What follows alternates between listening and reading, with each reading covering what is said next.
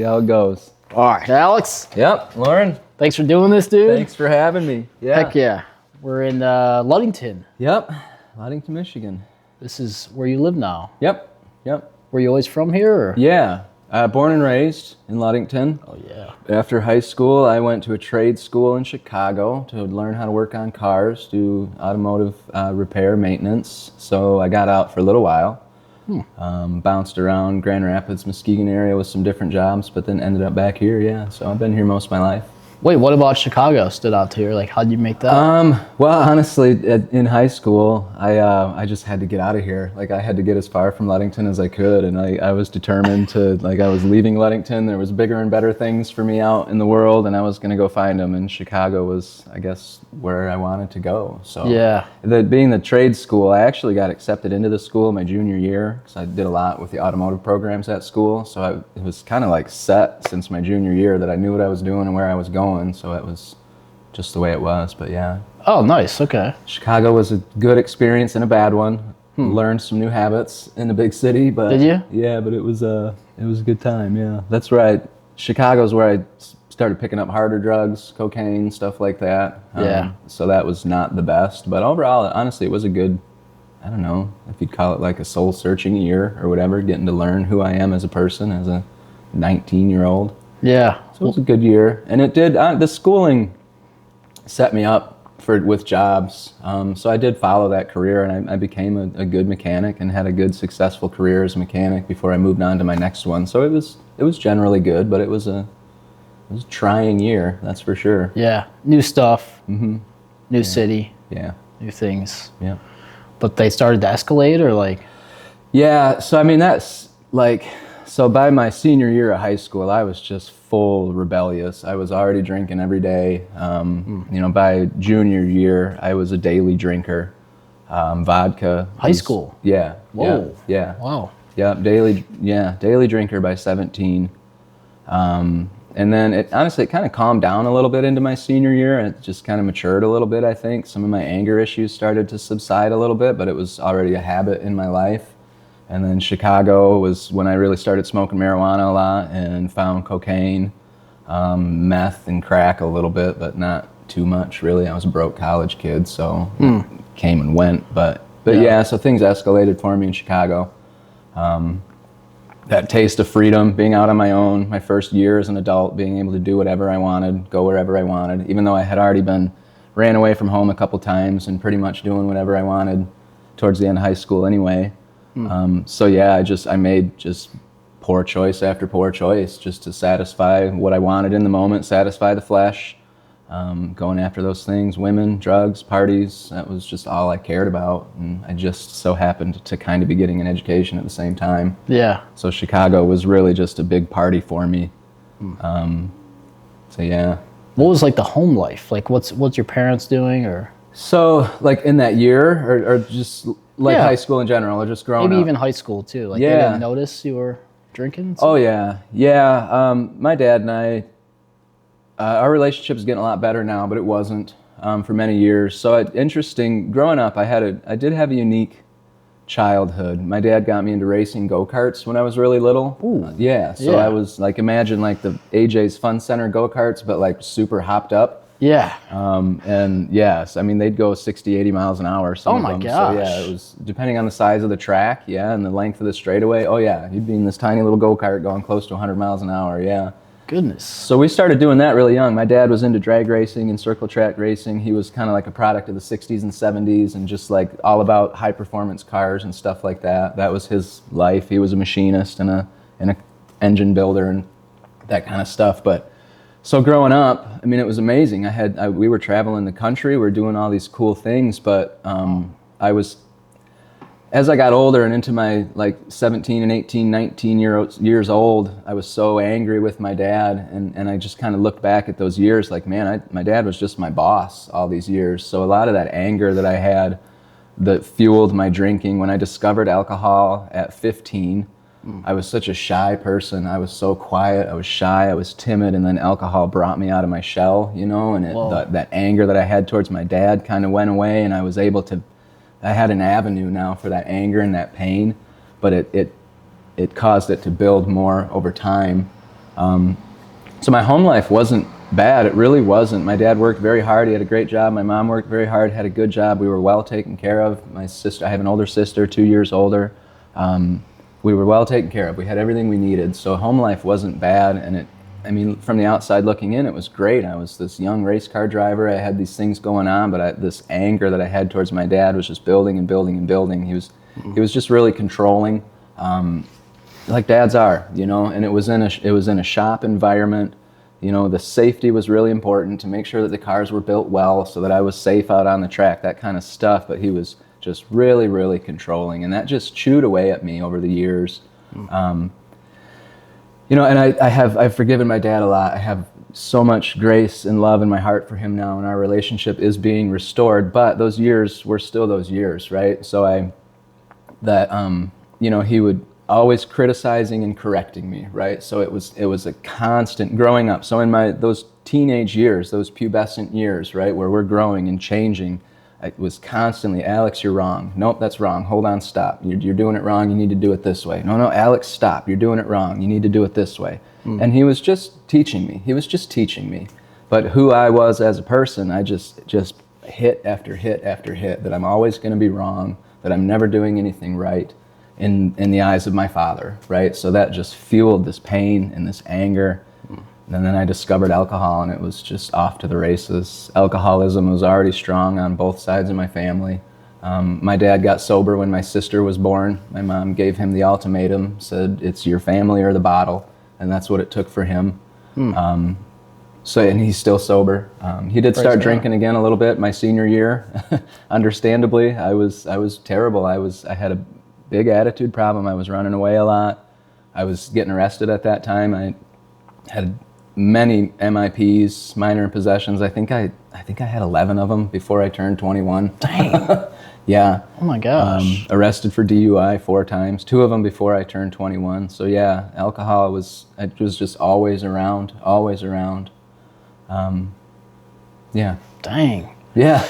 It makes me think that, or what I really originally thought when you were talking about the go-karts, like, do you think that maybe like you turned up the volume, like adrenaline, like thrill seeking so much, so young, that like it almost created a... Oh, for sure. Yeah. Yep, definitely. Oh my gosh, yeah, because I had fast cars, motorcycles, women, I had to have it all. Like you were exposed early. Mm-hmm. Yeah, very. And it's cool. Some of the really cool conversation I had multiple times with guys in Teen Challenge was how unique guys like us, super good at sports, captain of the soccer team, super good. Throw me on a pickleball court, I'm gonna beat your butt. Put me out on a tennis court, I'll figure it out, and I'll be winning games soon. Guys who develop addiction issues, I think that's a common thread, right? So that fast cars going 100 miles an hour at 10 years old in a go-kart, and then moving up to large. So we went from go-karts to late models. This 800 horsepower car going around a track on 3 tires at 100 miles an hour, crashing and banging like that. That's a drug. Yeah. Oh yeah. Addiction to speed, addiction to horsepower. Yeah. Just more. So yeah, it did. It did fuel that, and that's something I've been able to reflect on and notice that that need for speed, the discovery of alcohol, marijuana, cocaine, women, sex. It just kept raising the bar, and I just had to keep getting that fix, whatever way it was. Pastor Sam always would talk to me. He would talk about sin, and he would say how it creates a continual appetite for more. Yeah. Like no matter what, like you touch it, it's like an itch. Like you scratch it, like it's gonna itch even more. Like, yep. That stuff sticks with me, Pastor Sam. Oh yeah. Oh Shep. What was your first impression of the Shep? So I had my buddy Jason, who had been talking to me for a year and a half to go to Teen Challenge. He talked about Shep a lot, so I kind of had an idea what I was walking into. But the Pentecostal fire that comes out of that man, oh my gosh, it was it's an experience. Oh my gosh. Oh no, what was his name for me? Kazmarski. He'd say as I'm coming down the hall, the Polish man or something. I forget what it was exactly, but he'd have nicknames for everybody.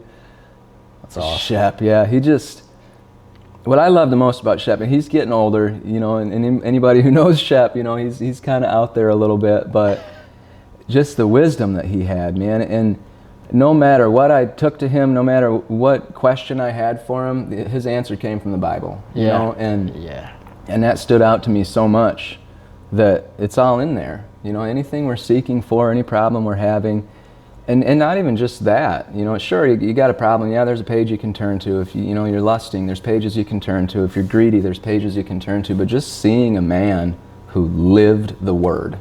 He was the Word as much as he could be. There was never a time in his office where we were talking and he didn't go, oh, yeah, Jeremiah 11:12, you know, and right, oh, Romans 12:3, you know, and just always right there on something. And that stood out to me a lot. That through all the craziness and the fun and the excitement that is Shep, to see somebody who, no matter what, turned to the Bible every single time. I think that was like the most impactful Shep. Yeah, for me. I agree. Same thing. It's powerful. Yeah.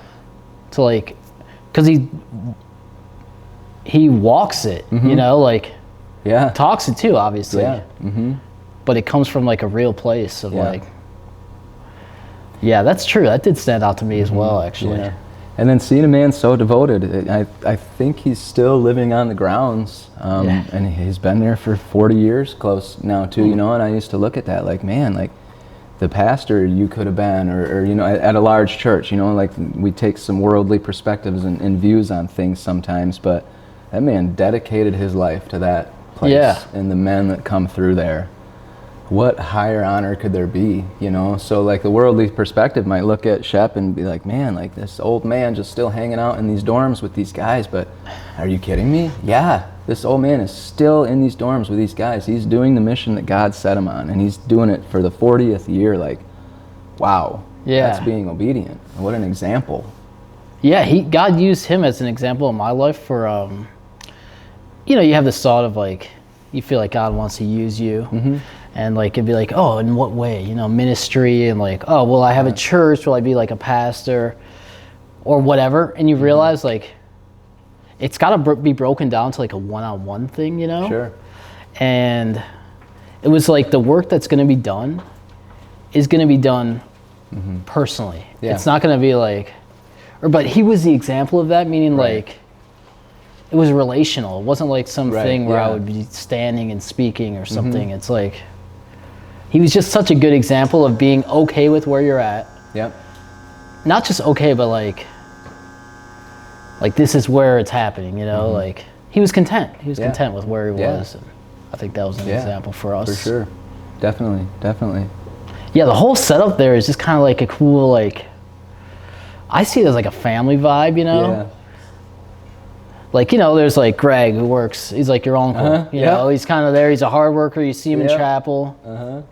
And then you got like, Sister Shauna, or is like your aunt who, yeah, the whole vibe. He's like, Pastor Sam's like your grandfather, you know, like, I don't know why I always thought of it like that. Yeah, it is. There's definitely the family vibe to it there, the relationship you grow with the guys that you're in there with, it's, you know, it's cliche, and you hear people talk about it, you say it in your own life, but the guys that I butt heads with the most in my first few months there were the guys that I am still closest to this day, you know. Why is that? What's happening there? Iron sharpening iron, I guess. You know, it's, you can just, you know, not only like Pastor Bill and Shep and Dell and Greg, like all those, the influences that they had, those uncle and fatherly wisdom like influences that they have on you, the peace and the calmness that they can bring to the most chaotic situations when you're in there. You know, when you're in TC, you know, I left a production management job to go to TC. I walked away from an amazing career in my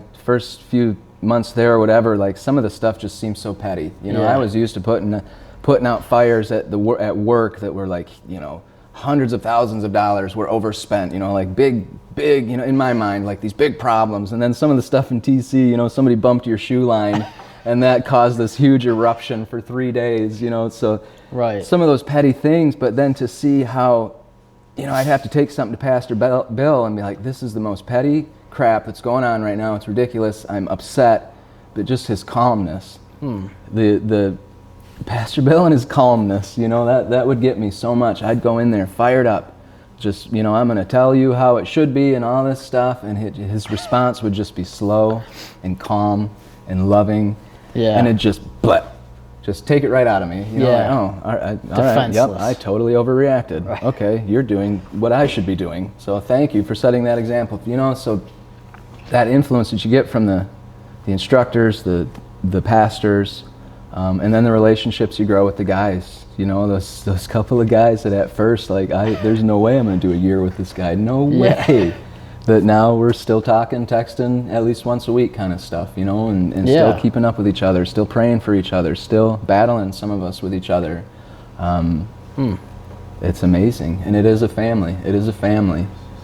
And we were talking before this started that, like, I counted down every single day while I was there. I could not, I knew exactly how much time, some days down to the minute, how much time I had left. But looking back now, there's been times where I wanted to go back just to get out of the noise from the world. Yeah. You know, the stresses start coming in, the worldly stuff starts coming in, and I've thought, life was really easy in there. And even though I butt heads with my guys, I had some of the most important conversations in my life with those guys, exposing the hurts that I've had, exposing the traumas that I've had, late nights in the chapel with those guys.